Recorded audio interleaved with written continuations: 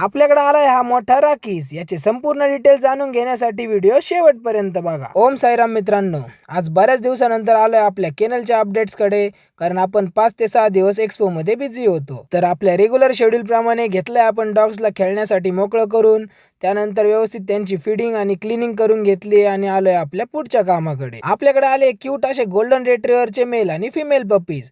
एकदम heavy size मध्ये आणि डार्क कलर मध्ये आपल्याकडे गोल्डन रिट्रीव्हरचे पपीज आहेत.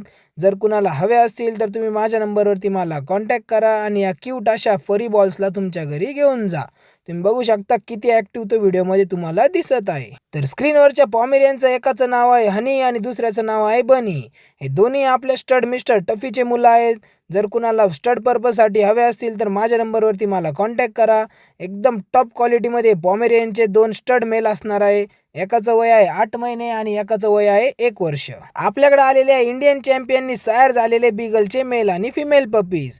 प्रॉपर ट्राय कलरमध्ये पपीज असणारे. ज्यांना कुणाला शो पर्पज असेल किंवा शो क्वालिटीमध्ये पपी हवा असेल तर त्यांनी नक्कीच या पपीचा विचार करायला हवा. आपल्याकडे आला ह्यूज साईजमध्ये सेंट बर्नार्डचा स्टड मेल.